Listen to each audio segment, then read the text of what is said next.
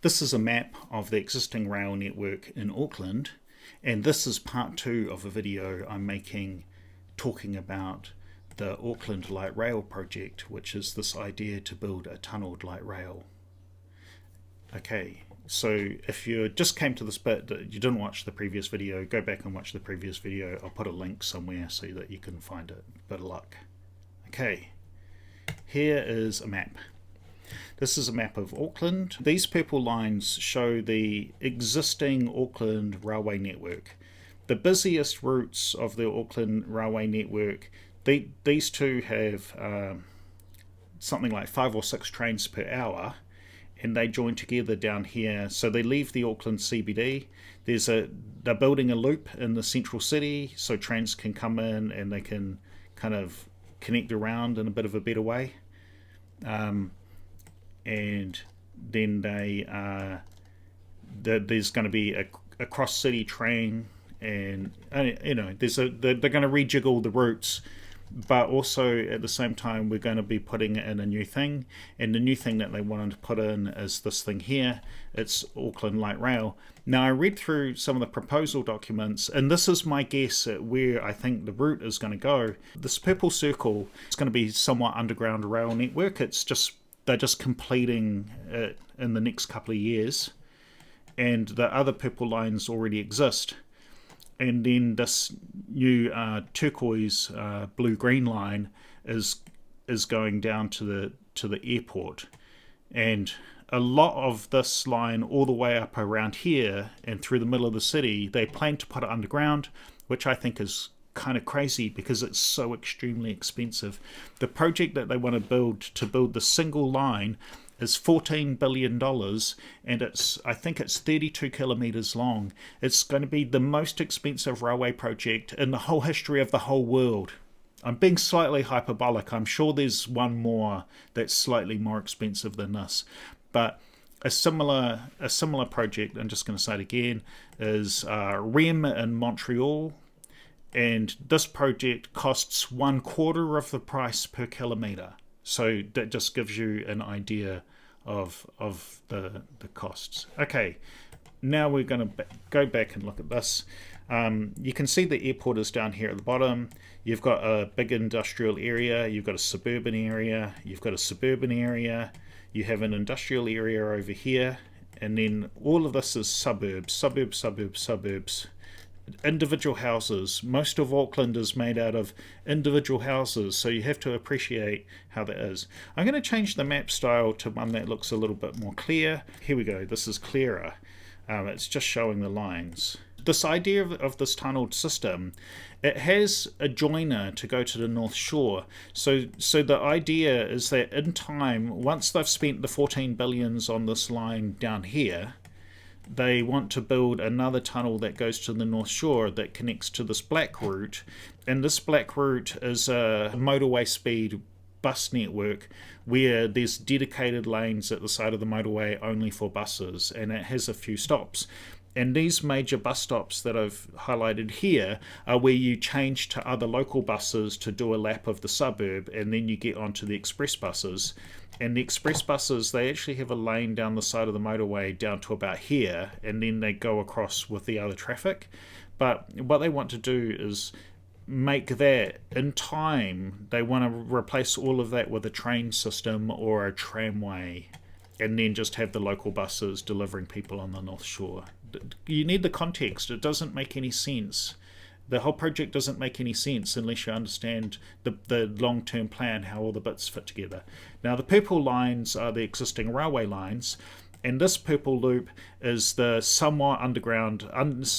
Here's where all the high-rise buildings are in the middle of the city. That bit's an underground loop. They're just building it now. It's going to be finished in the next couple of years. And then they want to replicate the underground rail loop that they're just haven't even completed yet by building another underground railway line through the middle of the city, substantially along the same route, which I think is a crazy waste of money, because a tramway is better on the surface. You've got these major roads which used to have tramways, that are already at grade for tramways. So you can just put the tramways back because they are actually existing wide roads. Of course, you want to throw away all the car parks off the sides of those roads where the tramways go to leave the lanes clear for other traffic. People have still got to drive to work and do delivery vans and ride their bikes. We need the spaces clear at the side of the tramway for people to get about and do their work as fast and efficiently as possible. Now, going back to this tunnelled light rail, I find it disappointing that it replicates effectively these stations on the train network. Now, these little wiggles, I've built it this way because when I read through the documents, they say that it's going to serve certain things. But the important thing to know is this road through here is Dominion Road, and that's the busiest bus route in Auckland with the most buses per hour. So if this new tramway does not visit Dominion Road, then they're building an expensive underground tramway to serve an area where the most buses are. Well, the most buses run down here, the most buses don't run down here, but the route on the map that they show seems to imply that it goes down Sandringham Road. Why would you want it to go down Sandringham Road? 2 points. Up here at Kingsland Station, there's a giant stadium, like a giant rugby stadium. I think it's one of the largest stadiums in the country. So you would, of course, want the tramway and the Metro Railway to deliver people to the stadium for events. That makes sense. Down here is St. Luke's Mall. That's a large shopping mall. And you would, of course, want a subway stop at that shopping mall. That makes sense as well. On Dominion Road, you have the suburb of Mount Eden. That's a shopping area.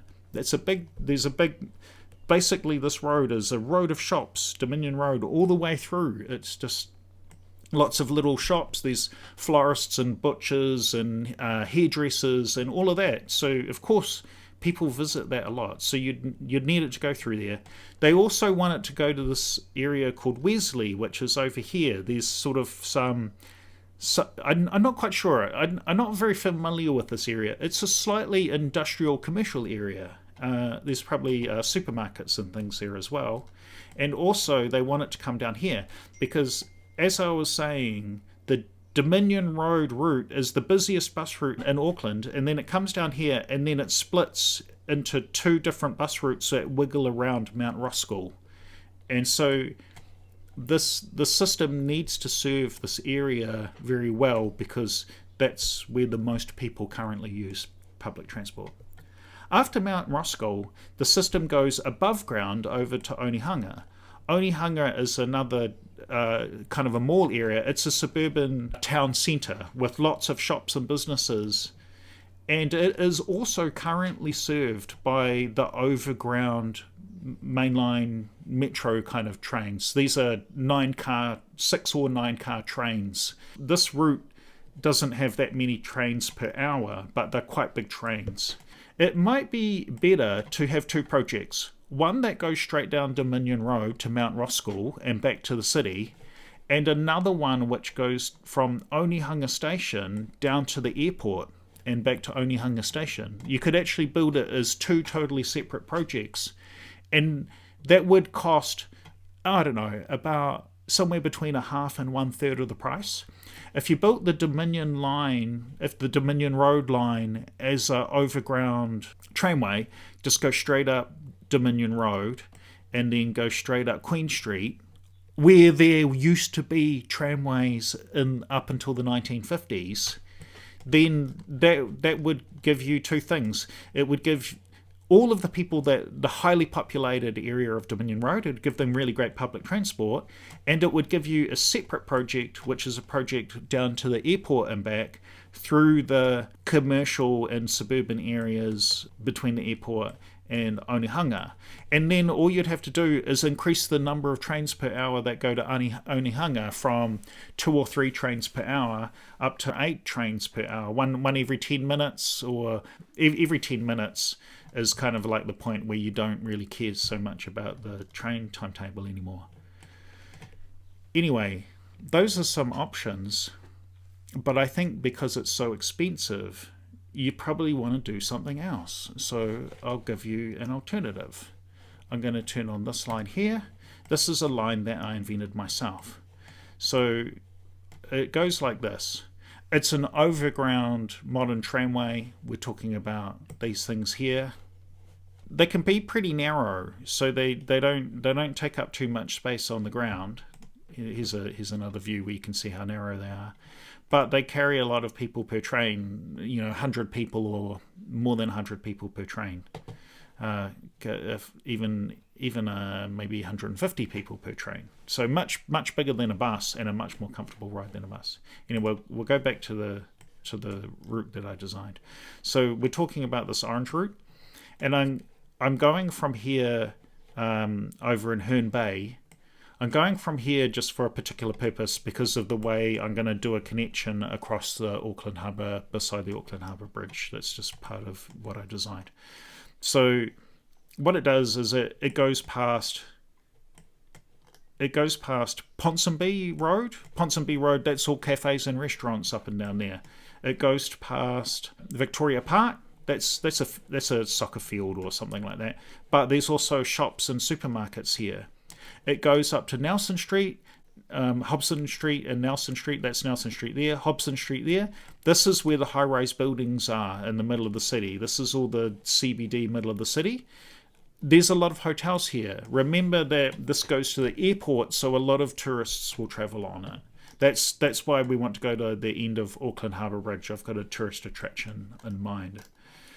And then it goes through AOT Square, where it connects with the underground metro station, and so this follows the path. So the teal line is the ALR proposal, the orange line is my proposal, the purple line is the underground metro trains that are almost completed building that tunnel for, and then it goes through the middle of the city, past the universities, past Newton, which is just another some big office buildings and things there, and then I'm going down the old Eden Terrace tramway line.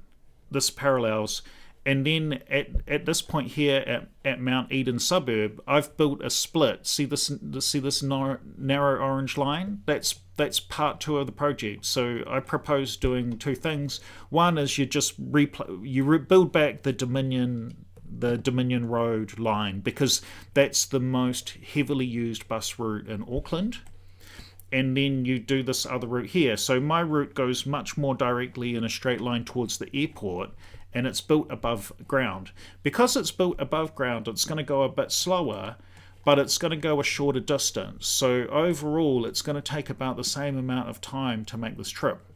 Now, I've marked in these station markers. Most of these station markers are suburban shopping areas or areas of interest to tourism also. So this one here, it's an area of interest to tourism. This big park here, these are volcanic cones, and people walk up these to take photos of the city. This volcano overlooks Auckland City. You can see the Sky Tower and all the main CBD buildings from there. People go up there for the view. Same here, this is One Tree Hill, there's a U2 song about it. We continue on, we go down, it connects to Onehunga. Keep going down, I go over to Mangare Bridge, I have some stations down here. The ALR project, the teal line, it doesn't have very many stations down here. So this tramway in the ALR project, it's not designed to primarily serve the people who live in Mangare and Mangare Bridge. It's primarily designed to get people to the airport a bit quicker. But it fails in doing that because this is not a fast route, because it's just too complex. I'm going to give you an alternative that will get people to the airport much faster than either of these tramway lines. Of course, you could go down the main railway line, cut across to the tramway, and then go down the tramway. That might be a quicker route. The actual fastest route is to go down the main line railway and then just cut across at the bottom, and I'll show you how to do that shortly. Okay, I'll just explain the rest of this orange route. There's some big high schools, and there's industrial areas and a lot of hotels here. Because this is Auckland Airport is New Zealand's main international airport for a lot of tourists coming in. A lot of people get off very long flights, 12 hours or 24-hour flights. They come from Europe, they come from America. And then there's a lot of hotels and rental car companies directly around the airport. So what it means is that people can get off their international flight, get onto the tramway, and then go to a hotel. So these, where this orange marker and this orange marker, there's clusters of hotels, and here there's clusters of hotels here. Big, really quite large hotels. These are hotels that are set up so that people can stay over in them overnight and then get a 6 o'clock plane in the morning to go to Australia or to fly around the world, or they come in late at night on a plane that lands at 11 o'clock at night, and they've just been on the plane for 12 or 20 hours and they just want to go to bed. So if we build stations on the tramway at these clusters of hotels and motels, that's the best thing. Another thing is that people who are coming in from domestic flights, they fly up to Auckland for a work day and they pick up a rental car, and although you can pick up a lot of rental cars right outside the domestic terminal, the cheaper rental cars are actually in a giant car park that are over here. And so if you just jumped on the tram and went a couple of stops and then crossed the road, there's a giant rental car park here. It's huge. It's like a football stadium car park. See here? Giant rental car park and Auckland Airport park and ride. So people who work in the airport, they get off, they drive to here, put their car in this car park, and then they take the bus to work down in the airport. A lot of people work in the airport. It's very large. There's also these industrial and logistics areas where people work as well. So that's just another thing where people can take the tramway to. I'm going to stop the video here and make another video with the final parts of my ideas.